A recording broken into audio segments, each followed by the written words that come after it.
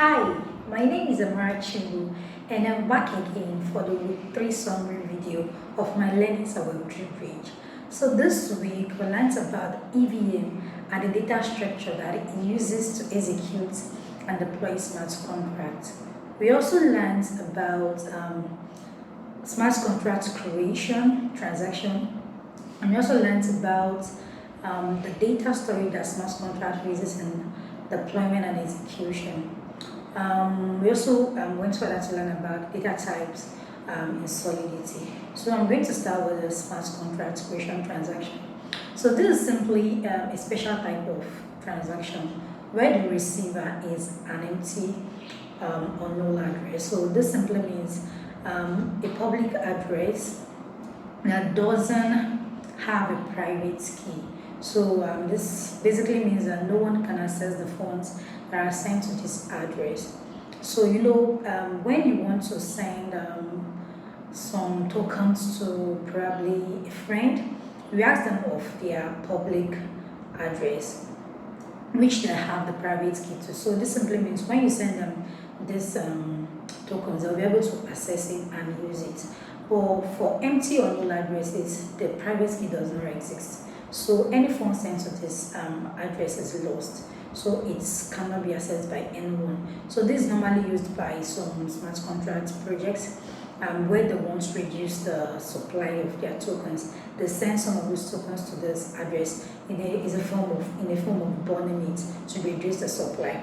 So that's by the way. So let me go a little bit deeper into what happens when smart contracts are deployed. So after you're done writing your smart contract, you compile it. So your compiler do well to provide you with a bytecode. This is like a low level interpretation of a smart contract, which is basically what the EVM understands.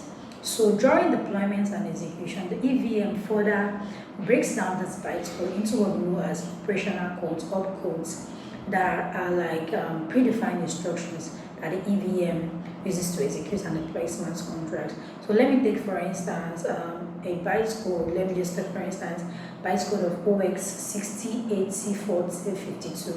So okay, before explaining this, I would love to explain the EVM and the stack. So the EVM is basically a stack-based machine. So this simply means that it uses the stack data structure in execution. So and what do you know about, or do I know about the stack? So in a very basic form, just think of it as stacks of plates. So let me say you have similar plates and you use them up and you're washing them. So when you wash one and rinse one, you place it at the bottom of on your table. So which just see this as the bottom of the stack. So when you wash the second one, you place it on top of the one you washed earlier. So you just create a stack. So you stack these plates one on another. So when you want to use the plate again, you literally start from the plate at the top of the stack you earlier created. So this simply gives you an idea of how the stack works, which means the stack is a LIFO data structure. So this simply means last and first out. So the last that went into the stack is the first to come out of the stack. So with this established, I can go back to explain how the EVM makes use of the bytecode to interpret them to opcodes. So I earlier said, let me take for instance a bytecode of OX60408052. So in operational code, OX60 means push one. So which simply means push a 1 byte node onto the stack. That's what it means. So as I said earlier, I have OX60408062. So I'm saying OX60 40. So I'm pushing 40 onto the stack. So the same thing happens to OX80. So I'm pushing OX80 onto the stack, and then 52 is another operational code, which simply means memory storage. So what it actually does is it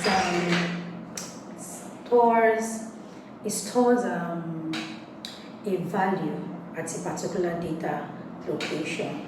So when we in our stack already, we have something like we have OX 40 OX80. So just take it, just see this way, that what is at the bottom of the stack is OX40, and what is at the top of OX40 is OX80. So we have a stack of at index 0 and index 1. So when we are about to use values that we store in the stack, we start from the top of the stack, which is OS80.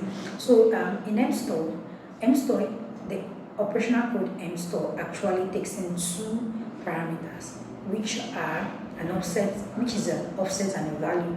So the offset we basically start from what's at the top of the stack. So the offset goes with what's at the top of the stack, which is OX80, and then the value will be OX40, which is what is at the bottom of the stack.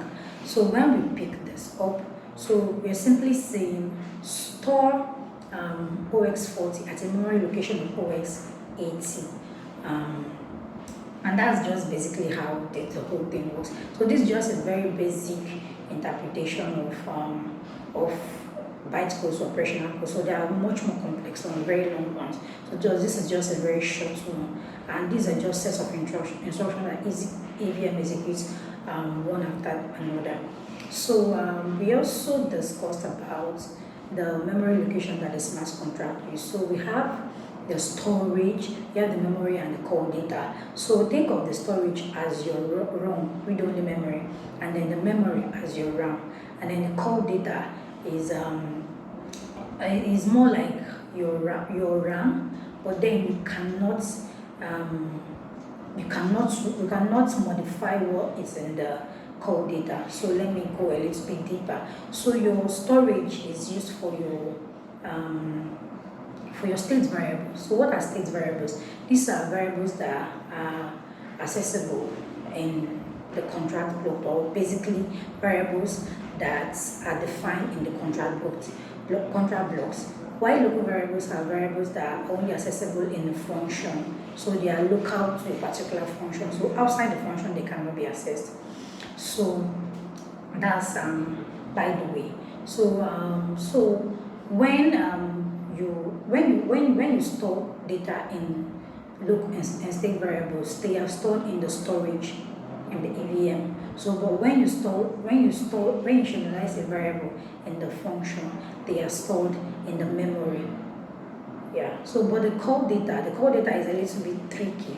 So, the way I like to think about it is that they are the memory location used by external function calls. So basically, they just give you the value for you to view and read them. You cannot edit them. So the Calldata is always advised to be used when necessary, because they utilize less gas. Because since we are not reading to it, since we are not writing to it, we're only reading from it. So it saves more gas. So it uses less gas, basically. So I think another thing we talked about data types in Solidity. So we have the value types and the reference types.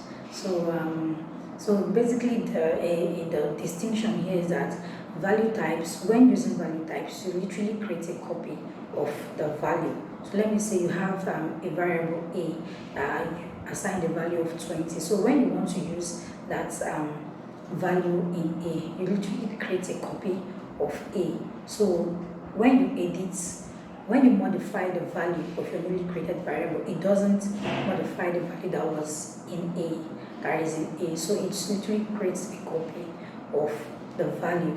So for reference time, so referencing a memory location of the original data. So when you modify the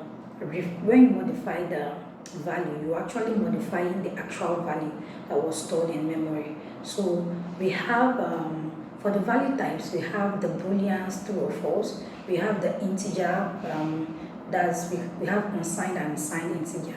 So signed integer are integer that can only that can have both negative and positive value, while unsigned integer only can have positive value.